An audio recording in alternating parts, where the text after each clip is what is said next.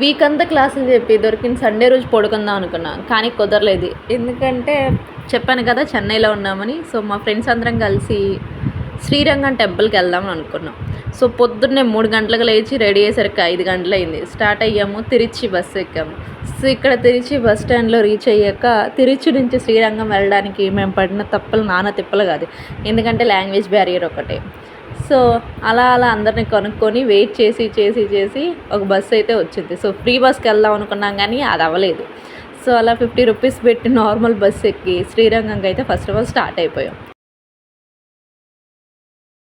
So early మార్నింగే కాబట్టి బస్సులు అంత రష్గా ఏం లేవు. సీట్ దొరికింది, కూర్చున్నాము. బస్ అంకుల్ మాత్రం మంచి పాటలు పెట్టాడు. ఆ పాటలను ఎంజాయ్ చేస్తూ అలా వెళ్ళిపోయాం. సో అలా వెళ్ళిపోయి ఇలా గుడికైతే రీచ్ అయిపోయాం. ఇది బయట ఉన్న లైక్ మెయిన్ ద్వారం ఉండేది కదా అది. సో అలా ఎంటర్ అవుతూ ఒక 3 or 4 ఉంటాయి కదా, లోపలికి వెళ్ళిపోయాం.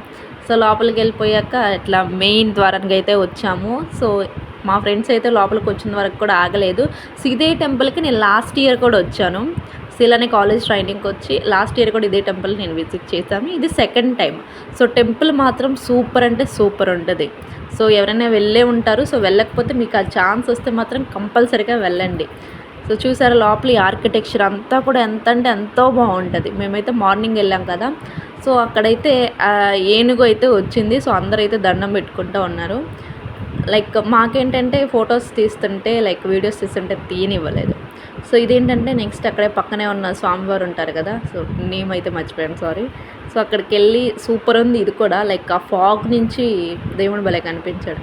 ఇంకా అలా లైన్లో నుంచున్నాం. ఆల్మోస్ట్ 8కి స్టార్ట్ అయ్యాము. సో క్యూ అయితే జనం వస్తూనే ఉన్నారు. మేమైతే ఏం తినకుండా వెళ్ళిపోయాం. సో ఏం తినకుండా వెళ్ళిపోవడం వల్ల ఏంటంటే ఒక్కొక్క వికెట్ బ్యాటరీ అవుట్ అవుతూ ఉంది, బ్యాటరీ డౌన్ అవుతూ ఉంది, కళ్ళు తిరుగుతూ ఉన్నాయి. సో దేవుణ్ణి చూడటానికి ఎన్ని తిప్పలైనా పడతాం కదా మనము. అలా వెయిట్ చేస్తూ ఉన్నాము. గుళ్ళకి అయితే ఎంటర్ అయ్యాము. సో మంచిగా దర్శనం అయితే చేసుకున్నాము. సో మంచిగా దర్శనం చేసుకున్న తర్వాత ఆ గుడి మొత్తాన్ని ఒకసారి లైక్ అది ఉండేది కదా ఆర్కిటెక్చర్, అదంతా చూస్తూ ఉన్నాం. చూసిన తర్వాత ఏంటంటే ఇంకా మార్నింగ్ టిఫిన్ కూడా చేయలేదు కాబట్టి అక్కడే అన్నదానం చేస్తారని తెలుసు. సో టోకెన్ తీసుకొని వెళ్ళిపోయాము. చాలా తక్కువ మందే ఉన్నారు అక్కడ కూడా. సో వెళ్ళాక ఏంటంటే లైక్ మంచిగా పప్పుచారు ఒక కర్రీతోటి పెట్టారు, తృప్తిగా తిన్నాము. ఇంకేం చేస్తామో రిటర్న్ వచ్చినప్పుడు అయితే ఇంక అందరూ ఎక్కడే వాళ్ళు అక్కడ పడుకొని పోయారు, నేను తప్పితే. ఎందుకంటే ఆఫ్టర్నూన్ కాబట్టి ఫుల్ రష్ ఉంది, దట్ టు సండే. సో మీకు కూడా ఛాన్స్ వస్తే పక్కా విజిట్ చేయండి. బాయ్.